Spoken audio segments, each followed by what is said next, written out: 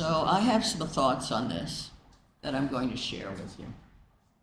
This is the first part of our sermon for today. And can everyone hear me okay? The concept of peace has a variety of related meanings. And the story of the dragon talks about 3 of them, I think. We often think of peace as the opposite of war, and that is one meaning. Most of the time, we think of peace as the better option because war is so destructive.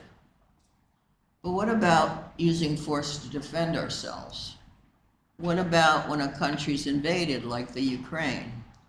Or we have to defend ourselves from someone attacking us personally? There may be no perfect answers to these questions. Perhaps we can do our best to protect life even when defending ourselves. The dragon learned that using his flame to try to stop the fire in the village only compounded the problem.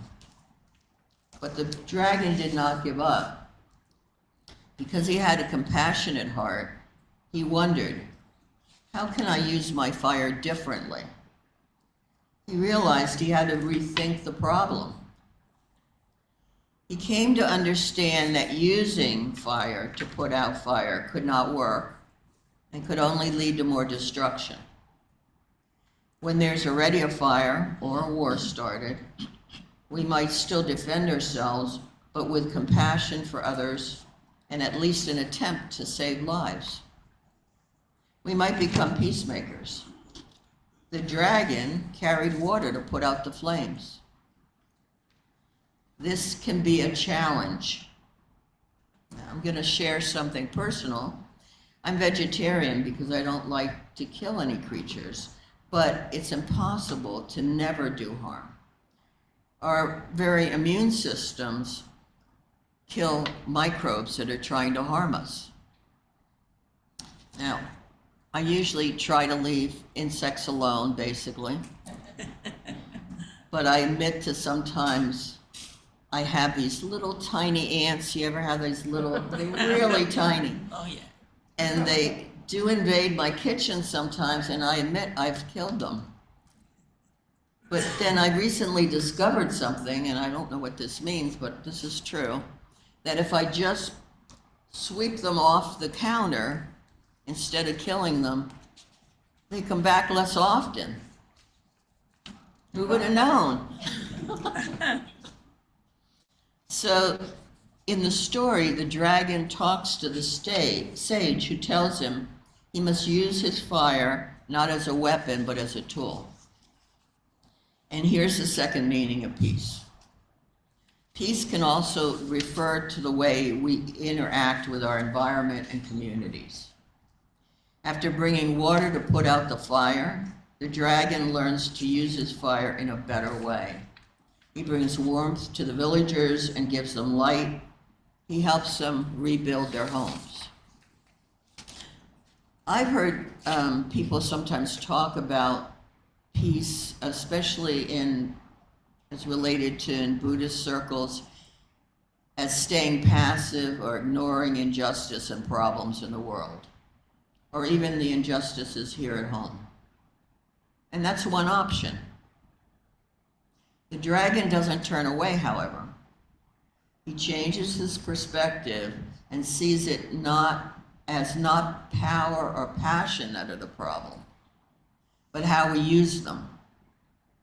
Each of us has powers, talents, skills, and resources that we can use if we have compassion and the courage to use them. I think of Martin Luther King Jr. and Gandhi, who inspired Dr. King. Neither ever reacted with violence, even when being attacked. And yet they both accomplished great things. Both eventually did give their lives to assassination. And both had talked about that and accepted it as a possibility. Yet most of the actions that we're called to do will not require giving our lives. Like the dragon, it may simply mean not turning away from need. And now we come to the third meaning of peace. The dragon's unhappy at the beginning of the story. He's dissatisfied and has an unfulfilled heart. We're told his pain only fuels his fire. There's a peace that's personal, and the dragon knows that his fire is part of him, but he doesn't know what to do about it.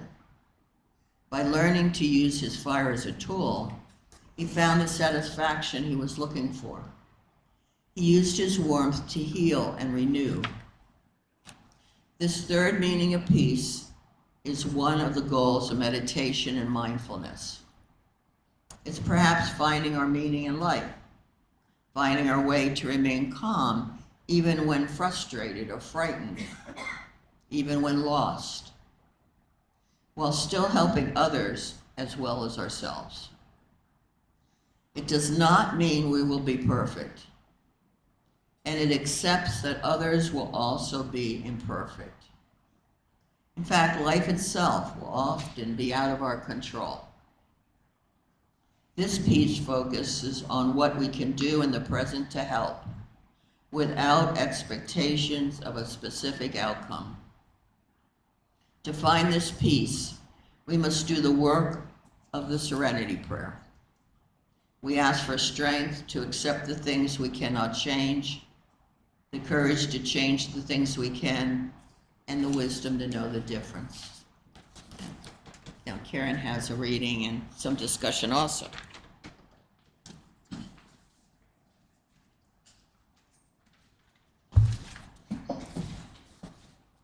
I'll be honest with you, we're missing the clock. We came in this morning and noticed that it's just not there. And, we all try to keep our services within a certain amount of time. I see it's 10:56. So I'll try to keep myself from going over my 10 minutes. Maybe I'll keep it at 7. So just take a minute and go like this, just because you've been sitting there very patiently, and get your, tremendous, and get your circulation going. Just a little, okay? Get your circulation going. We don't want anybody falling asleep, okay? And Georgine and I promise you that after I'm done, we're going to have the other pieces of the worship service that you normally expect. Our apologies for not having an order of service for you today, but after this, we'll do the joys and concerns, and we'll have the offertory, et cetera, and another very good song. So, if you can bear with me, I have a couple things to say about why would Georgine and I do this anyway. This is a Sunday, obviously the Reverend Larry couldn't be here, and Georgine and I are representing the Sangha. Oh, also thank you, Nancy Weston presented a very nice breakfast forum this morning, and I forgot to thank you, Nancy, when I said thanks to people, so I just want you to know we appreciate that too. Very meaty. Anyway, Georgine and I are representing the Sangha, which is part of the ministry of this church. Those of you who participate in it know that, because you can see that it happens every Tuesday in the evening. We have a mindfulness meditation time, to which any of you are welcome. And then sometimes we also have gatherings. We do a little Sangha get-together. The Sangha is the group of people who are studying Buddhism. Some of us consider ourselves Buddhists. Some of us just consider ourselves students of Buddhism, which is where I am. So anyway, we have a Sangha, and we're part of the church, so it would make sense that on occasion we would present a service for you. The other piece that I would say, and you know this, how many of you are members of LPOCO, which is the Lehigh Pocono Committee of Concern? Only 2 here today, 3 here, 4 here? Okay, 5, 6. All right, so anyway, we have, as a church, donated funds to LPOCO. It is, it has peace on its mind, that is its ministry. And then some of us helped with the LPOCO Peace Camp this past summer. So anyway, that is why Georgine and I wanted to do Aspirations of Peace, plus the fact that our world doesn't seem to be all that peaceful at the moment. Let me just have a quick drink here. I'll be back.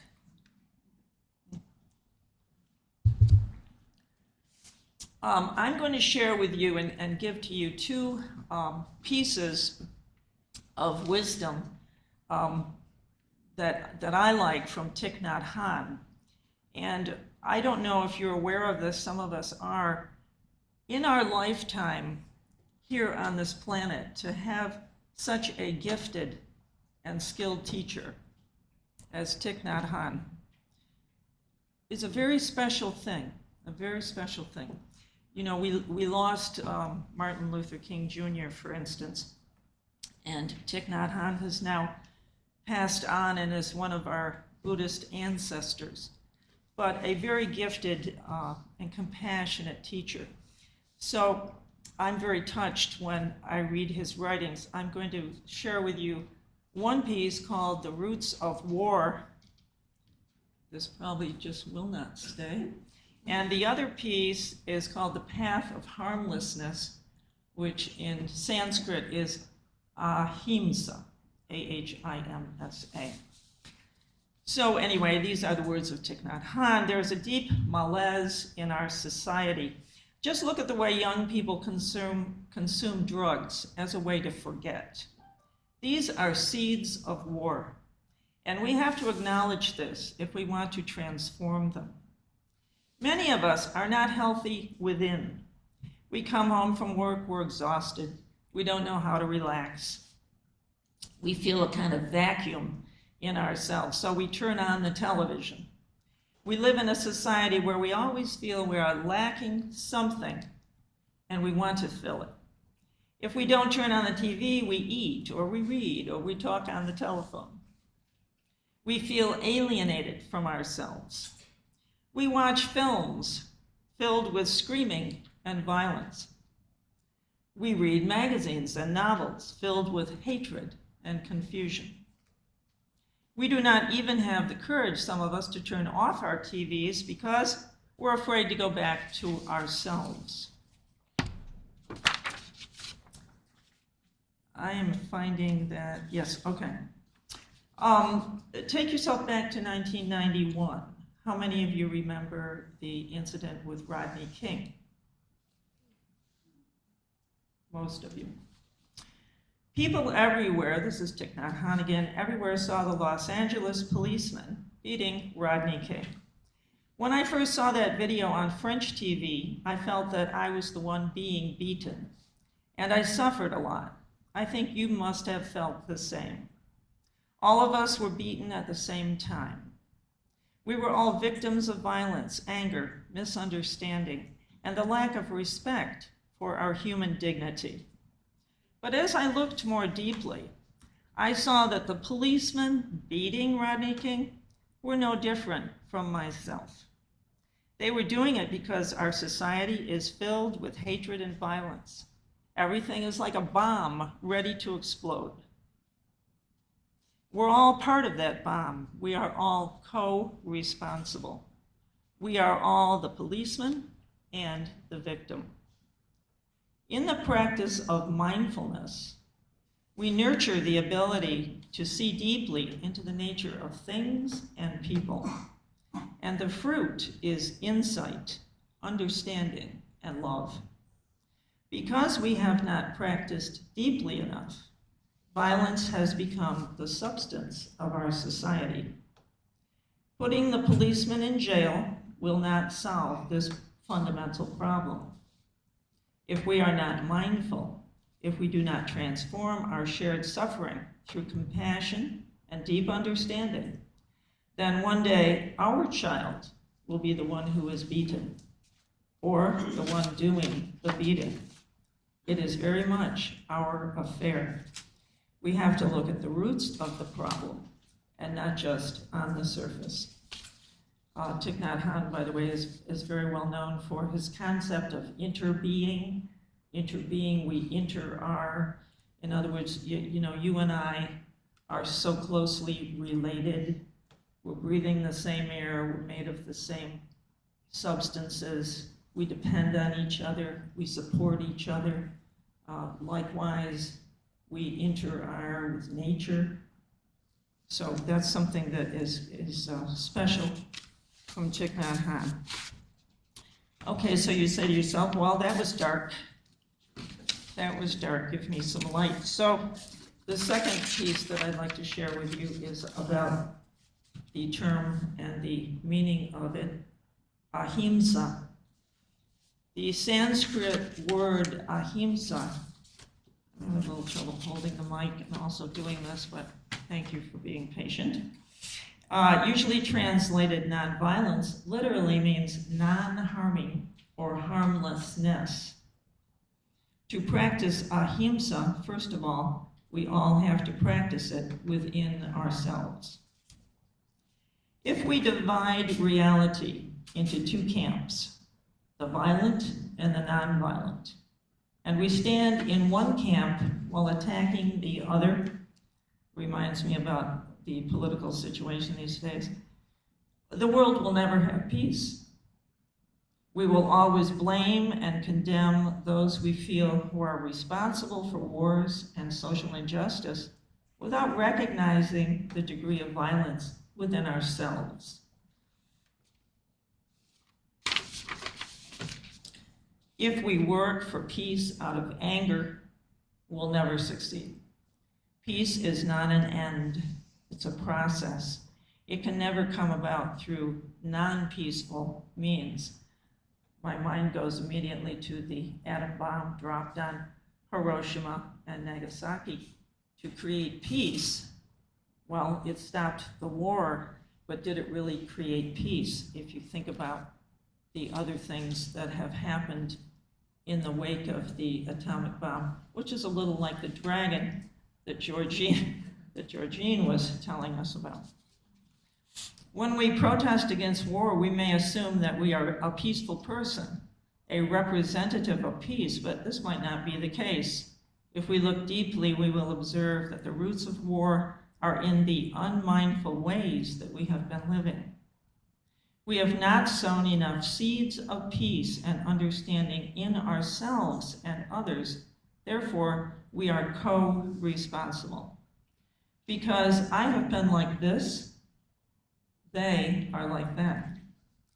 A more holistic approach is the way of interbeing, and one would say, this is the way, this is like this, and as a result, that is like that. Because again, we're related. With this insight, we can see clearly and help our government to see clearly. He's very optimistic. Then we can go to a demonstration and say, this war is unjust, destructive, and not worthy of our great nation. This war is unjust, destructive, not worthy of our great nation. This is far more effective than angrily condemning others. Anger always accelerates the damage.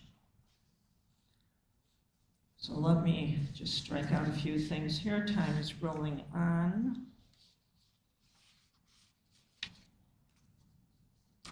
All of us, even pacifists, have pain inside, says Nhat Hanh. We feel angry and frustrated, and we need to find somebody willing to listen to us who is capable of understanding our suffering. In Buddhist iconography, there's a bodhisattva named Avalokiteshvara.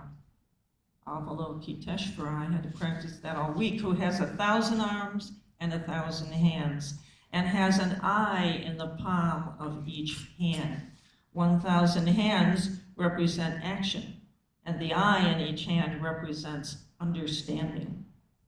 When you understand a situation or a person, any action you do will help and not cause more suffering. When you have an eye in your hand, you'll know how to practice true nonviolence. So what he goes on to say is that we must have this eye on our hands when we are doing action. We want to have an eye in each word we say, if you can conceive of such a thing, so that our words are like flowers and do not do damage. Again, we're trying to be harmless. We want to have an eye in each thought that we think, so that the thoughts are good thoughts, positive and helpful, and we want to listen deeply. To prevent war, he says, and then I'll finish up here, sorry. I have a condition that creates a very dry mouth. To prevent war, to prevent the next crisis, we must begin right now. When a war or crisis has begun, it's already too late. If we and our children can practice ahimsa, harmlessness, in our daily lives, if we learn to plant the seeds of peace and reconciliation in our hearts and minds, we will begin to establish real peace. I thank you.